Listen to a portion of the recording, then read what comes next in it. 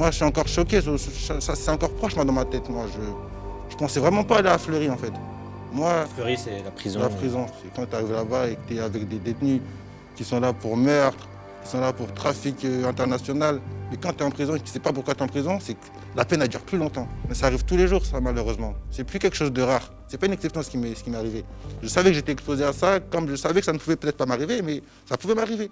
Le 17 septembre, dans la cité du Pavé Neuf, à Noisy-le-Grand, Moussa est interpellé par la police. Il coopère, n'oppose pas de résistance. Pourtant, il va être emmené par les policiers dans un angle mort de la caméra de vidéosurveillance et va essuyer une pluie de coups. Une scène d'une violence inouïe qui va faire le tour des réseaux sociaux.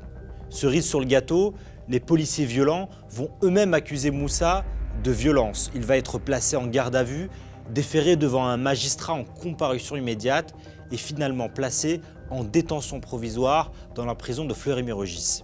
Il ne va en sortir que 2 semaines plus tard, suite à un ordre du juge des libertés qui a pu visionner lors d'une audience notre enquête vidéo.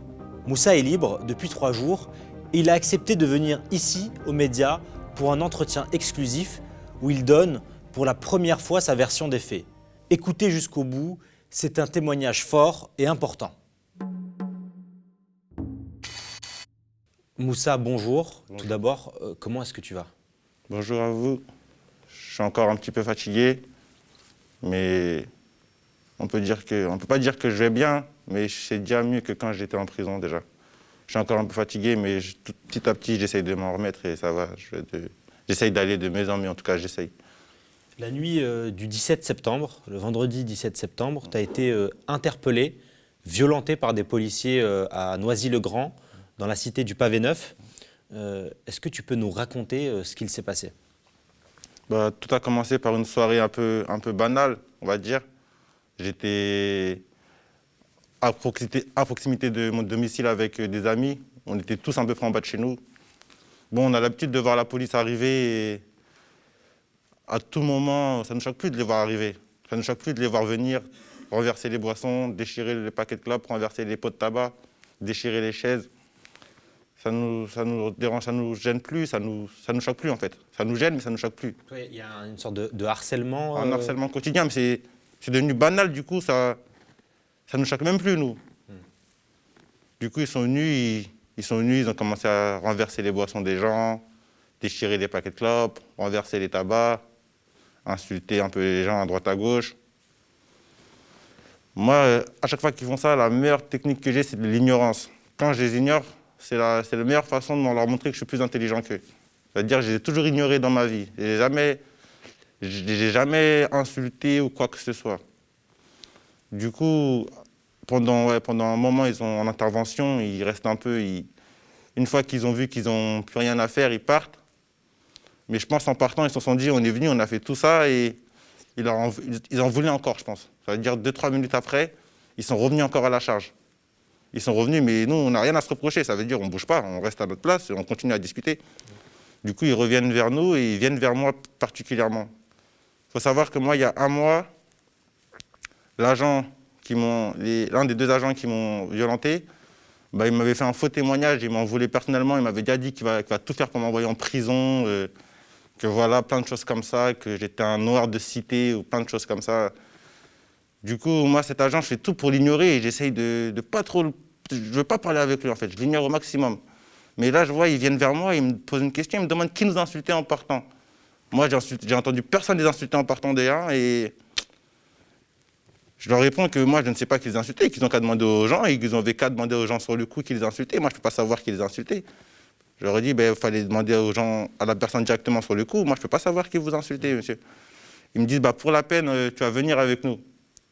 Mais il faut savoir que juste avant de partir, la première fois, là c'était la 2e fois, mais juste avant de partir, la première fois, un des agents en uniforme, il m'avait déjà dit « je vais finir par te mettre une balle ». On va finir par te mettre une balle ou je vais finir par te mettre une balle, quelque chose comme ça. Moi, la meilleure chose à faire, ça, c'est de le prendre à la rigolade parce que tu vas essayer de porter plainte ou faire quelque chose, ça va prendre des années avant d'aboutir. C'est des menaces de mort. C'est des menaces de mort, mais ça arrive fréquemment. Ça te fait pas peur? Ça arrive fréquemment, on est habitué à recevoir ce genre de menaces. On est habitué même à se faire tirer dessus, des fois, quand ils le veulent, des fois même ils tirent au flashball. On est habitué à tout cela. Ça veut dire, moi, cette menace... C'est quoi, Ils sont au-dessus des lois. Eux, C'est quoi ce ils nous sentiment? disent clairement, c'est nous la loi. C'est nous la loi. Ils le disent, c'est nous la loi. Eux, ils ne se contentent plus de faire respecter la loi. Maintenant, ce qu'ils veulent, eux, c'est être au-dessus de la loi. Ils veulent être au-dessus de la loi et ils ne la respectent plus. Et C'est ce qu'ils disent. Ils disent, nous, on est la Ils disent loi. que c'est eux la loi. Ils prétendent être la loi. Et moi, je me suis rendu compte que, d'une part, ce qu'ils disent, ils ne te mentaient pas parce que leur parole, elle peut te ramener, elle peut te causer beaucoup de difficultés, beaucoup de problèmes. Moi, leur simple parole, le simple fait de ce qu'ils disent, ce que j'ai fait, de ce que j'ai dit, ça m'a valu un séjour à Fleury. Juste parce qu'ils ont dit que j'ai dit ça, ou juste parce qu'ils prétendent que j'ai fait certaines choses. Totalement faux. Mais Et donc le déroulé donc, de l'interpellation, parce que nous, dans les images de vidéosurveillance auxquelles on a eu accès, au départ, tu les suis, tu te laisses faire. quand ils reviennent une deuxième fois et qu'ils me demandent qu'ils les insultés et que je leur dis que je ne sais pas, et ils me disent on va te prendre avec moi, ils me tirent par le col. C'est là que mes amis leur demandent oh, qu'est-ce que vous faites? Et moi je dis à mes amis de ne pas rentrer dans le jeu. Je leur dis restez, bougez pas, s'ils veulent m'emmener, ils n'ont qu'à m'emmener. Ils vont m'emmener et alors, emmenez-moi si vous voulez m'emmener. Je ne sais pas pourquoi ils m'emmènent, mais s'ils veulent m'emmener, emmenez-moi, je n'ai rien à me reprocher. Du coup, je les suis. Sur le chemin, dès le début, 10 mètres après qu'ils m'ont pris, l'un des policiers en civil, il commence déjà à mettre 2 coups d'avant-bras pendant qu'il me tire, mais des coups discrets. Il essaye d'être le plus discret possible. Je ne réagis pas, je l'ignore encore. Je continue à avancer sans opposer la moindre résistance. 200 mètres plus loin ou 300 mètres plus loin du lieu où ils m'ont pris, le policier en uniforme demande à son autre collègue est-ce qu'on lui met les menottes. Il lui a demandé est-ce qu'on lui met les menottes et son collègue il a dit non, on ne va pas le menotter. On ne va pas le menotter maintenant. Moi, je me suis dit, s'ils ne veulent pas me menotter maintenant, peut-être que c'est parce qu'ils ne vont pas m'embarquer ou je ne sais pas, moi, je ne comprends pas. Je ne sais même pas pourquoi ils m'ont pris encore à ce moment-là. Du coup, directement, il lui dit on va le ramener là en attendant. Moi, sur le coup, je n'ai pas compris. Je me suis dit peut-être qu'ils vont me ramener là, mais sur le coup, je n'avais pas encore compris. C'est quand j'ai vu qu'ils m'ont posé devant le muret où je sais que la caméra là, elle ne peut pas voir. C'est là que j'ai su qu'il se passait quelque chose de bizarre. Mais je n'ai pas eu le temps de réaliser qu'ils m'ont dit assis-toi par terre. Une fois que je me suis assis par terre, c'était la première fois qu'on me demande de m'asseoir par terre lors d'un contrôle. Mais je me suis quand même assis parce que dire non ou ne pas vouloir, c'est un prétexte pour avoir fait quelque chose. Alors que moi, je n'avais rien fait, ça veut dire j'écoutais tout ce qu'ils me disaient de faire. Tu t'es dit, bon, je m'assois. Je m'assois, dans tous les cas, j'ai rien fait. S'ils veulent m'asseoir, je me m'assois. Mais voilà, c'est parti très vite. Une fois que je me suis assis, l'un des policiers m'a dit mets tes mains par terre en évidence. À peine posé mes mains, il a commencé à m'écraser les mains. Et là, c'est parti directement. Je recevais des coups de droite à gauche, des coups de pied, des coups de poing au visage. Les premiers coups, j'ai essayé de les prendre sur moi. J'ai pris sur moi, mais au bout d'un moment, je me suis senti en danger.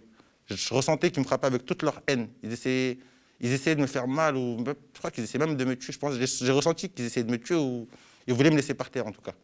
Tu te sentais en danger? Je me suis senti en danger, clairement. Je me suis vraiment senti en danger. J'ai un instinct sur moi de survie. Je me suis relevé. Et quand je me suis relevé, je demandais de l'aide. Et en même temps, je faisais tout pour les maintenir loin de moi. En tout cas, tu criais? Je criais à l'aide. Je criais à l'aide. Et j'essayais de les maintenir loin de moi. Je ne voulais plus qu'ils se rapprochent de moi. Franchement, j'étais en panique. J'avais peur. Franchement, j'avais peur. Je ne voulais plus qu'ils s'approchent de moi. Du coup, je criais à l'aide. Et en même temps, ils me frappaient, eux, mais moi, je me débattais seulement. J'essayais juste de les maintenir le plus loin de moi possible. Je ne voulais plus qu'ils s'approchent de moi, ces 2 policiers, en fait. Je voulais les maintenir le plus loin possible de moi. La scène, elle m'a paru longue. Sur le coup, peut-être que les minutes, en vrai, c'est pas si long, mais quand tu vis l'action, c'est plus long que ça en a l'air. Ouais. Ça veut dire, au bout d'un certain temps, j'aperçois des policiers de la municipale arriver en courant. Moi, sur le coup, ça me rassure. Parce que moi, je voulais juste ne plus être seul avec ces 2 policiers-là. Ouais. Sur le coup, même quand je vois les policiers municipaux arriver, je suis même rassuré. Tu t'es dit, ouais, ils vont se calmer. Je leur demande de l'aide à eux, je crie à l'aide, à l'aide. Je dis, regardez, ils me frappent. Je crie ça, ils me frappent. Mais en fait, le policier qui arrive, lui, il n'est même pas là pour savoir ce qui s'est passé, pour savoir lui. Eux, ils ont dit, lui, il est là, il me plaque au sol. Et... c'est celui, le troisième qu'on va arriver. Il me plaque. Mais moi, je laisse me plaquer au sol. Hein. Je le laisse totalement plaquer au sol et je n'essaie même pas d'esquiver. Il me plaque au sol. Même au sol, je me suis dit, au moins, je suis au sol, c'est mieux comme ça. Je me suis dit, au moins, là, c'est bon, c'est terminé. Arrivé au sol, les 2 policiers sont revenus. Il y a d'autres policiers qui sont venus sur moi, alors que j'étais déjà au sol, mais ils sont revenus sur moi. J'étais totalement immobilisé, je n'arrivais plus à bouger. Et c'est là que les 2 policiers sont revenus. Ils m'ont mis des coups de poing, un coup de pied dans la tête, en m'insultant. De connard, tu vas voir, on va te casser la gueule, c'est pas fini. Des menaces. Un autre policier encore qui est venu, Il a dit à ses collègues, arrête, t'es filmé. Et moi, je pensais qu'il parlait de la caméra de surveillance qui est juste en haut. Mais non, en fait, son arrête, t'es filmé, c'était pas ça, je pense. Maintenant, C'était les voisins en je fait pense qui maintenant filmaient que avec ça, le c'était téléphone. les voisins qui filmaient avec le téléphone. Parce que la caméra de surveillance, il faut savoir, elle est maniable. Ils arrivent à ne pas montrer ce qu'ils ne veulent pas montrer, en fait. C'est un humain qui la contrôle. C'est-à-dire, s'il ne veut pas voir ce que les policiers font, il ne va pas voir ce que les policiers font. Mais quand le policier est venu le voir et qu'il lui a dit « arrête, t'es filmé », le policier, là, il ne s'est plus comporté de la même manière. Ouais. Il ne s'est plus du tout comporté Ouais, de la il même s'est manière. relevé tout de suite et il est s'est parti. relevé et voilà, il m'a même plus insulté. Il m'a plus parlé. Il est monté dans la voiture. Les autres collègues, ils m'ont mis dans la même voiture que ce policier-là qui m'a écrasé la nuque.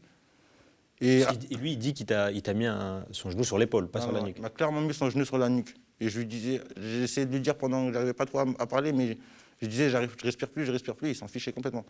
Il continuait à mettre son genou sur ma nuque. Et une fois dans la voiture, un de ses collègues, il a sorti un petit bout, une caméra, et il nous filmait dans la voiture. Mais moi, je ne faisais pas attention à lui. Je cherchais à savoir pourquoi il m'avait fait ça, pourquoi il m'avait frappé pendant que j'étais par terre. Je lui posais des questions, je lui demandais des explications. Mais en fait, lui, il savait qu'il était filmé, c'est-à-dire qu'il ne me répondait pas. Il faisait comme si il jouait le policier exemplaire.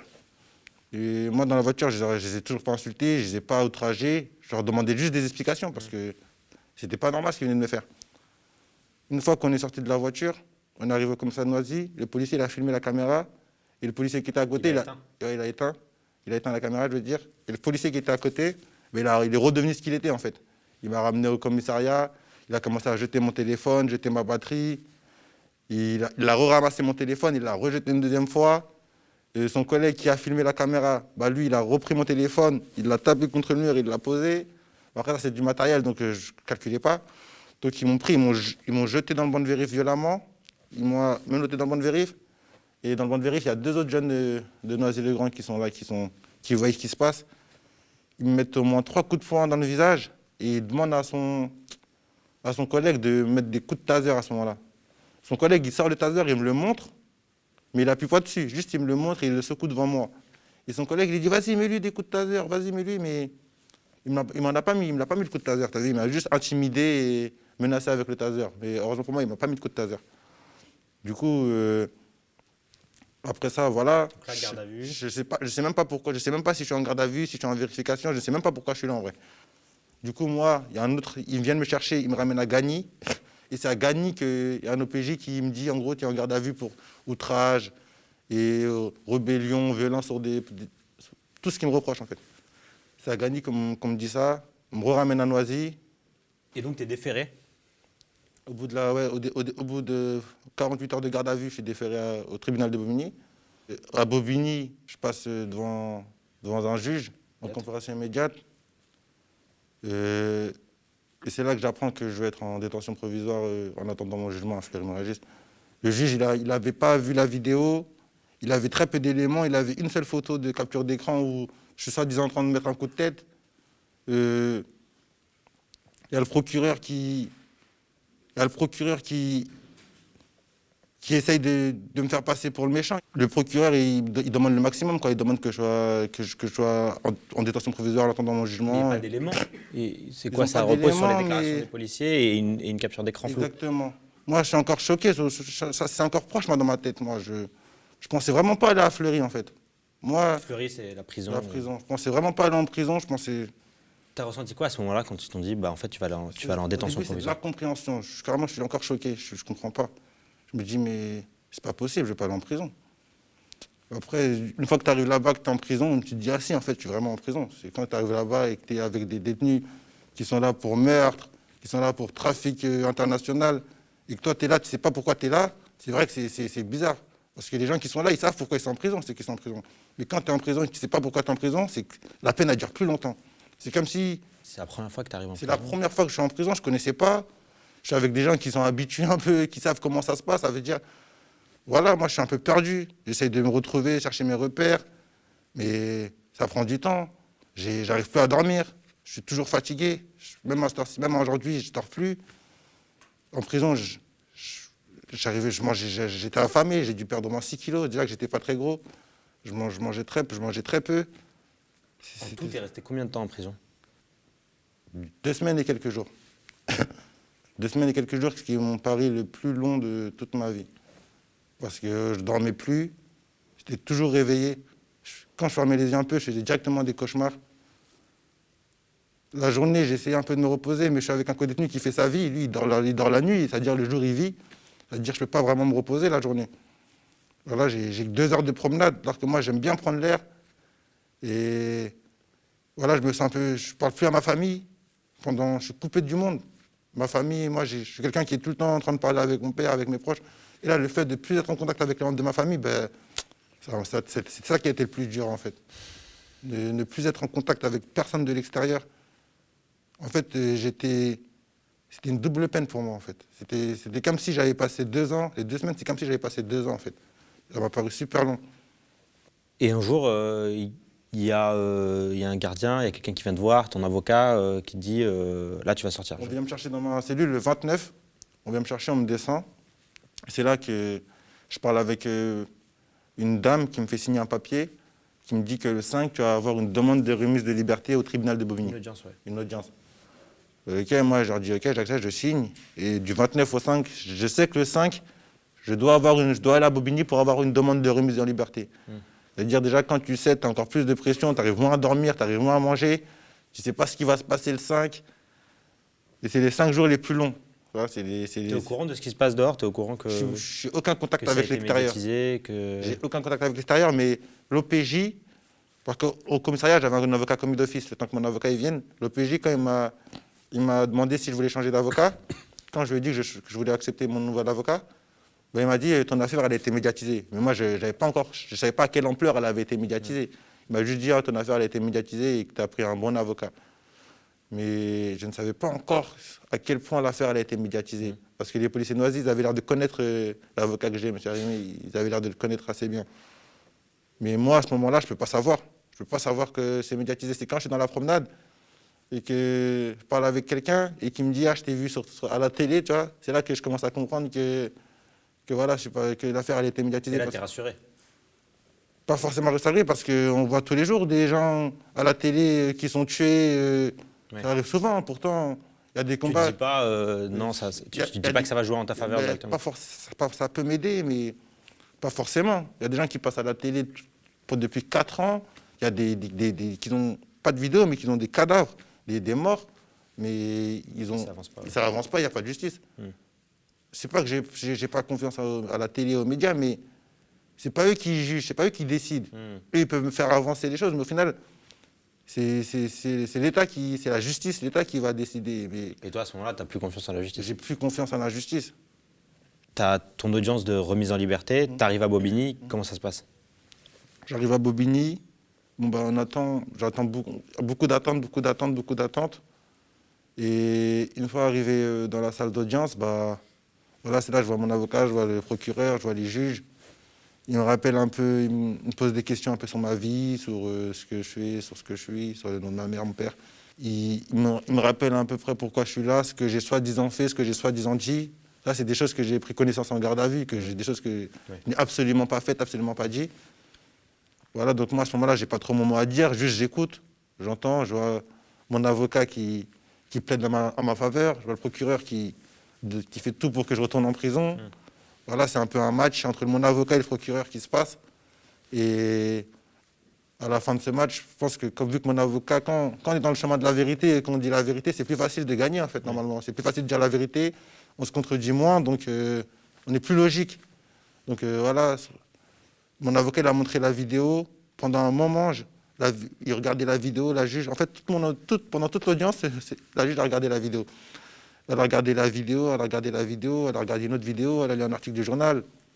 Bon, après tout ça, ils m'ont fait un délibéré, ils m'ont fait quitter la salle, voilà, pour le temps qu'ils décident ce qui va se passer. Pendant un peu plus de 10 minutes, j'attendais. Et une fois arrivé, ils m'ont dit que je vais être remis en liberté, mais interdit de Noisy, et que je dois pointer au commissariat du 20e arrondissement en attendant mon jugement. Tu étais soulagé? Soulagé, oui, parce que j'étais plus en prison. Mais c'est dur d'être interdit de sa vie, parce que moi, j'ai toute ma famille à Noisy, j'ai tous mes amis à Noisy. Ça veut dire que certes, c'est beaucoup mieux que d'être dehors que d'être en prison, mais ça reste dur d'être loin de ceux avec qui on a l'habitude de voir, ceux avec qui on a l'habitude d'être, Tu vois, là, T'es encore pénalisé, je quoi. suis encore pénalisé. Je suis encore comme si j'étais coupable, en fait. Et donc, à ce moment-là, tu sors, on te dit que tu as ton procès le 19 octobre. Qu'est-ce que tu en attends de cette audience? Moi, franchement, j'attends la justice. J'attends que la justice fasse juste son travail, en fait. Là, il y a beaucoup d'éléments qui peuvent prouver ce que je dis est vrai, du coup. J'espère juste que la justice va pas laisser impunis ces deux individus de la police qui ont fait ce qu'ils ont fait. J'espère que ces agents de police vont être jugés comme ils doivent être jugés, vont être sanctionnés comme ils doivent être sanctionnés. Le problème, c'est pas qu'il y a des problèmes dans la police, c'est des humains, il y a des problèmes, quoi qu'il arrive, il y aura des problèmes dans la police. Mais le problème, c'est ce sentiment d'impunité qu'ils ont à chaque fois. Ils sont toujours impunis à chaque fois qu'ils font quelque chose, ils te frappent et ils portent plainte contre toi. Et ça, j'aimerais que ça change. Et si je peux faire en sorte être un élément qui puisse les dénoncer, je le ferai volontiers, je leur dirais. Moi, j'attends de la justice, que voilà, pour tous les autres Moussa dans le monde qu'il y a, on en a marre qu'ils sont toujours impunis. On veut qu'ils soient punis. On veut qu'ils aient ce qu'ils méritent.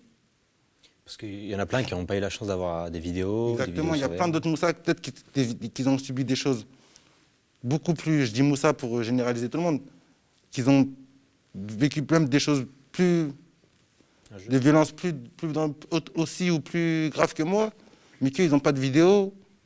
Même eux, ça se trouve que même les policiers, ils les ont laissés par terre, vous voyez. Ça arrive tous les jours, ça, malheureusement. C'est plus quelque chose de rare. Je ne peux pas parler comme s'il m'était arrivé une exception. Ce n'est pas une exception ce qui m'est arrivé. Mais voilà, moi, j'ai eu la chance d'être médiatisé, d'avoir eu des vidéos pour me soutenir et appuyer ce que je dis. Donc j'en profite pour essayer de dénoncer tout ce qui se passe, parce que ce n'est pas quelque chose de nouveau. Mais je ne peux pas faire comme si c'était quelque chose de nouveau. C'est quelque chose que, avant que ça m'arrive, je savais que ça arrivait aux gens. C'est pas quelque chose. Je savais que c'était une possibilité que ça t'arrive un jour. Je savais que j'étais exposé à ça, comme je savais que ça ne pouvait peut-être pas m'arriver, mais ça pouvait m'arriver. Et je savais que je connais des gens à qui ça arrivé. C'est choquant quand ça nous arrive, ça reste un traumatisme. Mais c'est pas quelque chose de nouveau. Mais ce que j'aimerais, c'est qu'en tout cas, ces deux policiers-là, ils n'ont plus l'occasion de le refaire à quelqu'un d'autre. Toi, tu as porté plainte contre eux? J'ai porté plainte contre eux. Du coup, là, à peine sorti de Fleury, j'ai été convoqué à l'IGPN. Ils ont l'air de faire un bon travail, ils ont l'air d'être de bons agents de police, mais ce n'est pas eux qui jugent, ce n'est pas eux qui décident. Ce n'est pas eux qui vont les envoyer en prison. Eux, ils font juste leur enquête. Eux, ils ont l'air d'avoir fait une bonne enquête, ça veut dire, normalement, ils devraient avoir ce qu'ils méritent. Mais après, les agents qui m'ont interrogé, ce n'est pas eux qui décident des sanctions. Tu vois. Eux, ils font leur travail. Que leur travail soit bien fait ou pas, après, maintenant, malheureusement, c'est devenu de la politique, maintenant, malheureusement. Ça veut dire, voilà, j'espère que cette fois-ci, ils ne vont pas s'en tirer à si bon compte, comme ils ont l'habitude de s'en tirer. J'espère que là, ils vont comprendre que ce n'est pas eux la loi, qu'eux, ils sont censés faire respecter la loi, mais que ce n'est pas eux la loi, et qu'eux, ils sont soumis à la loi comme tous les autres citoyens français. On doit tous respecter la loi. Et eux, ils ne sont pas au-dessus de la loi, en fait. Et j'espère que la justice va leur faire comprendre ça. Est-ce que tu as un message à faire passer à ceux qui t'écoutent aujourd'hui? Déjà, je veux dire merci pour tous les commentaires, tous les partages, tous les soutiens que j'ai vus qu'on m'a dit que j'ai eu sur les réseaux sociaux. Moi, je n'ai pas osé regarder la vidéo, je vous dis la vérité. Je sais déjà ce qui s'est passé, j'ai déjà les images dans ma tête. Je n'ai pas besoin de regarder encore cette vidéo. Mais voilà, j'ai essayé de voir un peu les commentaires des gens. Voilà, j'essaie de les remercier. Je les remercie parce qu'on est tous, on est tous des Moussa, en fait. On peut tous être des Moussa demain. Aujourd'hui, c'est moi, demain, ça peut être eux. Donc voilà, je les remercie pour le soutien qu'ils m'ont apporté. Et voilà, ça m'a vraiment touché. Merci beaucoup. De rien. En tout cas, on va suivre le procès et puis on vous tiendra au courant. Merci, monsieur.